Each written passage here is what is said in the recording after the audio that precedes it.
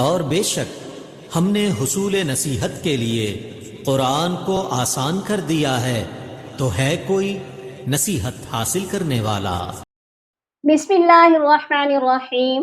شروع اللہ کے نام سے جو بڑا مہربان اور رحم کرنے والا ہے۔ السلام علیکم ورحمۃ اللہ وبرکاتہ۔ کیسے ہیں آپ سب؟ میری دعا ہے اللہ تعالیٰ سب کو صحت و عافیت کی بہترین حالت میں رکھے۔ اللہ تعالیٰ آپ کے گرد گھومنے والے ہر شر کو خیر میں بدل دے، آمین یا رب العالمین۔ آج کا ہمارا ٹاپک ہے کہ سورہ کہف کے مشکل الفاظ اور وقف کرنا سیکھیں۔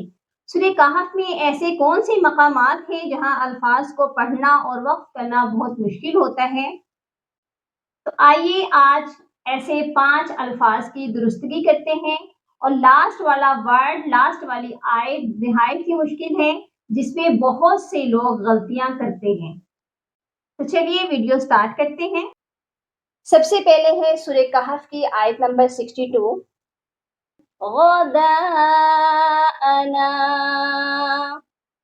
اور اکثر لوگ اس کو غدانا پڑھتے ہیں یا پڑھتے ہیں غداءنا، یعنی الف مدہ کو الگ پڑھ لیتے ہیں اور حمزہ کو الگ پڑھتے ہیں، تو یہ درست نہیں ہے۔ دیکھیے گا دال کے ساتھ جو الف مدہ ہے اس کو ہم نے دال کے ساتھ ہی پڑھنا ہے۔ دال کو ہم 5 الف کے برابر لمبا کریں گے، غدا، اور اس کے بعد حمزہ ہے اس کو ہم نے سیپریٹ پڑھنا ہے، یہ پڑھا جائے گا غدا انا۔ اچھا ایک اور بات، یہاں پر زا کا وقف ہے، اور اکثر لوگ سمجھتے ہیں کہ یہاں پر وقف لازمی کرنا ہے۔ زا کا مطلب ہے کہ ہمیں اجازت ہے کہ ہم یہاں رک سکتے ہیں، لیکن ملا کر پڑھنا زیادہ بہتر ہے۔ تو یہ کیسے پڑھا جائے گا، میرے ساتھ ساتھ آپ بھی دہرائیے گا۔ فَلَمَّا جَاوَزَا قَالَ لِفَتَاهُ آتِنَا غَدَاءَنَا لَقَدْ لَقِينَا مِن سَفَرِنَا هَذَا نَصَبًا۔ اوکے جی، ٹھیک ہو گیا۔ نیکسٹ آیت ہے 67 پر، قَالَ إِنَّكَ لَن تَسْتَطِيعَ۔ اس ورڈ میں دیکھیے گا 2 تا ہیں، ایک باریک والی تا ہے اور ایک موٹی والی تا ہے، اور اکثر لوگ اس کو کیا پڑھتے ہیں، تستیع، ایک تا کو چھوڑ ہی دیتے ہیں۔ تو یہاں پر دونوں تا کو پڑھنا ہے، پہلی کو باریک پڑھیں گے اور دوسری کو ہم موٹا کریں گے، اور اس کے ساتھ یا مدہ بھی ہے اس کو ہم نے کھینچ کر پڑھنا ہے، موٹی والی تا کو۔ تو یہ پڑھا جائے گا تستطیع۔ میرے ساتھ آپ بھی پڑھیے گا، قَالَ إِنَّكَ لَن تَسْتَطِيعَ، اور لن یہاں پر ہم نے اخفا کرنا ہے، سافٹ غنہ کرنا ہے۔ کیسے پڑھا جائے گا، لن تستطيع معي صبرا۔ اور اس کا وقف بھی دیکھیے گا کہ لاسٹ میں دیکھیے را کے اوپر 2 زبر کی تنوین ہے، اور جب بھی آخری حرف کے اوپر 2 زبر آتا ہے اور ہم وہاں پر وقف کرتے ہیں تو وقف کی صورت میں 2 زبر کا وقف 1 الف کے برابر لمبا کر کے پڑھا جاتا ہے۔ تو یہاں پر صبرن کر کے نہیں پڑھنا، یہ پڑھا جائے گا صبرا۔ کلیئر ہو گیا؟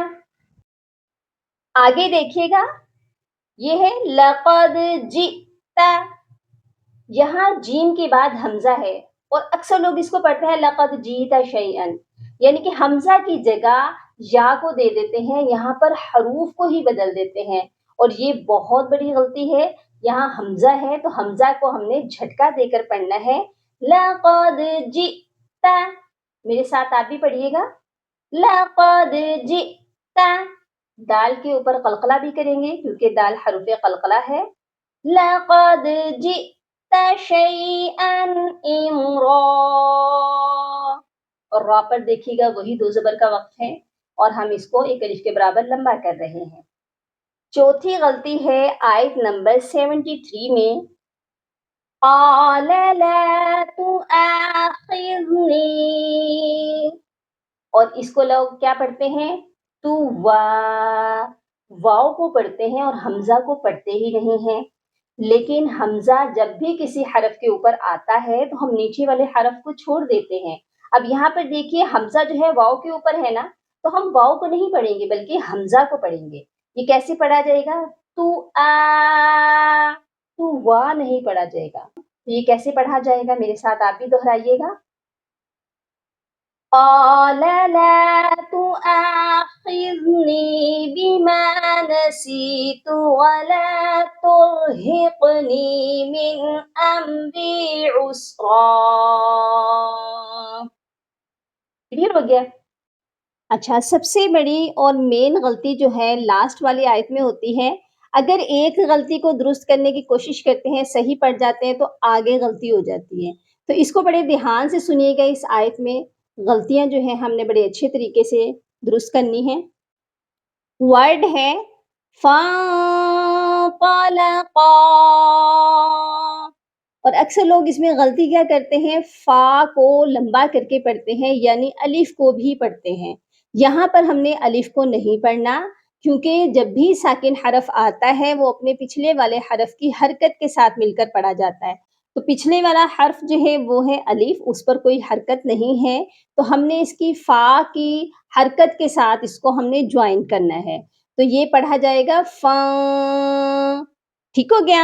اور نون ساکن پر اخفا کریں گے، یہ پڑھا جائے گا فانطلقا. قا کو بھی موٹا کریں گے اور قاف کو بھی موٹا کریں گے. اچھا، آگے آپ کو نظر آ رہا ہے وقفہ، اور لوگ سمجھتے ہیں کہ یہاں پر وقف کرنا ہے، تو یہاں پر بالکل وقف کرنا ہے، لیکن یہاں پر وقف کرنے کی کنڈیشن چینج ہے. یہاں پر ہم نے جس طرح وقف کیا جاتا ہے ویسے وقف نہیں کرنا.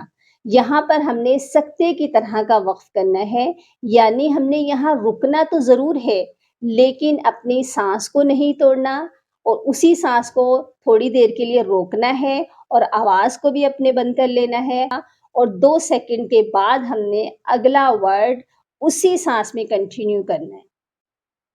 یعنی سکتہ جو ہے وہ 1 سیکنڈ رک کر پڑھا جاتا ہے، فا میں 2 سیکنڈ کے لیے سانس کو روکنا ہوتا ہے، یعنی کہ اس کی جو ٹائمنگ ہے وہ ڈبل ہے. تو یہ کیسے پڑھا جائے گا؟ فانطلقا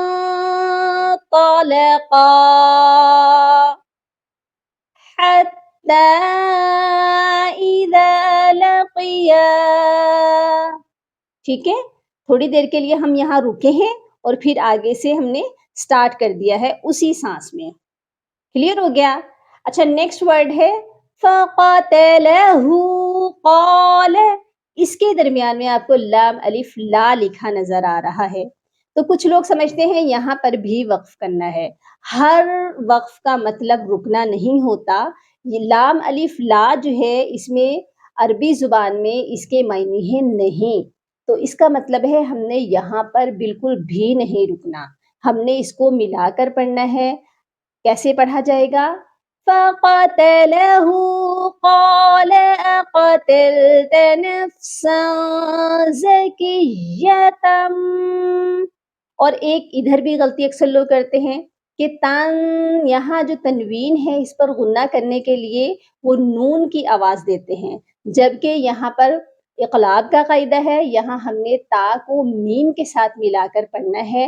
تو یہ پڑھا جائے گا زکیۃ بغیر نفس. ٹھیک ہو گیا؟ اس کے بعد ہے لقد جئت. یہاں پر آپ کو حمزہ نظر آ رہا ہے. حمزہ جب بھی ساکن ہوتا ہے تو حمزہ پر جھٹکا دے کر پڑھا جاتا ہے.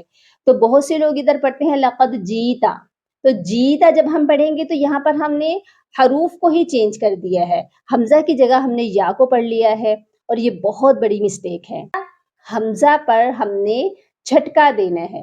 یہ پڑھا جائے گا لقد جئت شیئا نکرا.